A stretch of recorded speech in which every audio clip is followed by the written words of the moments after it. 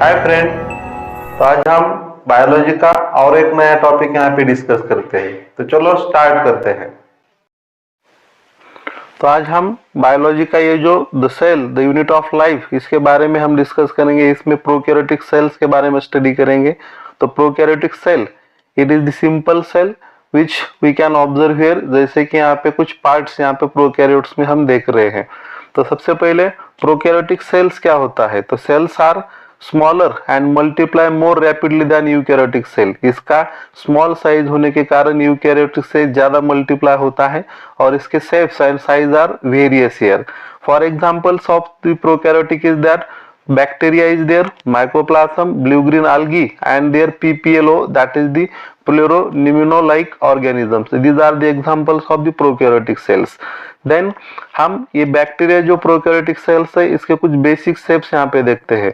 तो सबसे पहला शेप है bacillus, that is the rod like shape, here we can see. Then second is the coccus, that is the spherical shape, here we can see. And third, that is the vibrio, or we call that comma shape bacteria is there.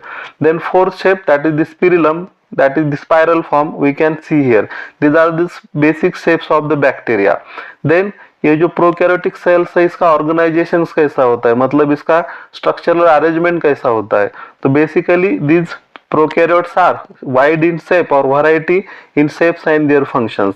तो here कुछ part हम prokaryotic cells के यहाँ पे देखेंगे। तो ये जो आउटर पार्ट होता है उसको हम सेल वॉल कहते हैं, जो सेल मेम्ब्रेन को प्रोटेक्ट करता है, सराउंड करता है। But this is exception that in mycoplasm the cell wall is absent there. Then this is the next part of the prokaryote, that is the cytoplasm, and which is fluid matrix which is filling, and here the nucleus is not present here, matlab that is not well defined, and here genetic material is present but that is without the membrane, means that is naked form. Then this is the next component of the prokaryotes that we call plasmid. This is the single-stranded circular or the chromosomal DNA and which confirm the phenotypic characters to the bacteria, means that resistant to antibiotic या antibiotic resistance के लिए jeans ये plasmid में present होता है।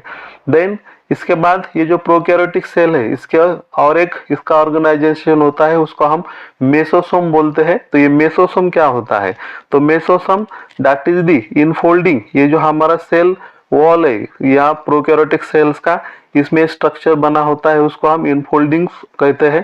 तो ये कुछ ऑर्गेनाइजेशंस है। Thanks for watching.